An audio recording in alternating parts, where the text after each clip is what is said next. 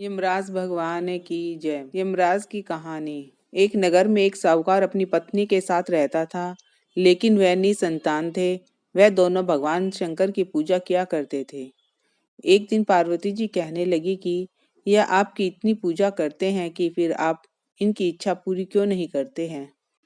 शंकर जी कहते हैं कि इन्हें संतान सुख नहीं है, इसीलिए ये इतनी पूजा करते हैं। पार्वती जी बोली कि आप इन्हें पुत्र क्यों नहीं दे रहे हैं।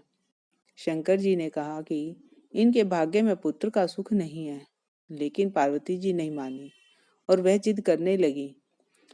शंकर भगवान बोले कि ठीक है, इन्हें पुत्र की प्राप्ति हो जाएगी, लेकिन वह केवल 12 वर्ष तक ही जीवित रहेगा। शंकर पार्वती जी की बात सुन रहा था। कुछ समय बाद साहूकारनी ने पुत्र को जन्म दिया, लेकिन साहूकार को कोई खुशी नहीं हुई।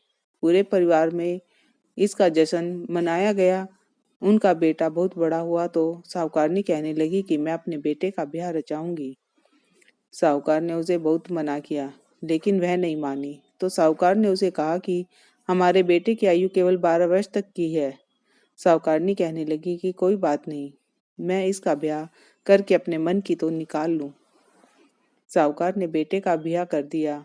घर में बहू आ गई और उन्होंने बहू को सारी बात बता दी कि उनके बेटे की आयु केवल 12 वर्ष की है।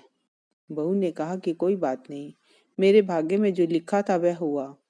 अब हम तीनों मिलकर पूजा किया करेंगे। और उन्होंने हर रोज पूजा आरंभ कर दी।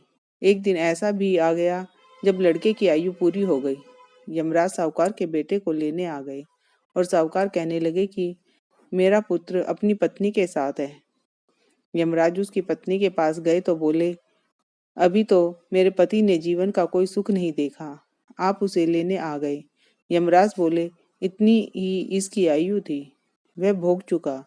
पत्नी ने कहा कि भगवान, कोई ऐसा उपाय बताइए जिससे मेरे पति की आयु बढ़ जाए। यमराज बोले कि यह क्या होता है, लेकिन भगवान बोले कि यमराज का काला कंबल, लोहे का तसला 5.25 रुपये उठा कर रख दे। 1 वर्ष पूरा होने के बाद किसी को दे देना, तुम्हारे पति की आयु लंबी हो जाएगी। जैसा भगवान ने बताया, बहू ने वैसा ही किया और उसके पति की आयु लंबी हो गई। बोले यमराज भगवान की जय, यमराज जी की जय, धर्मराज की जय।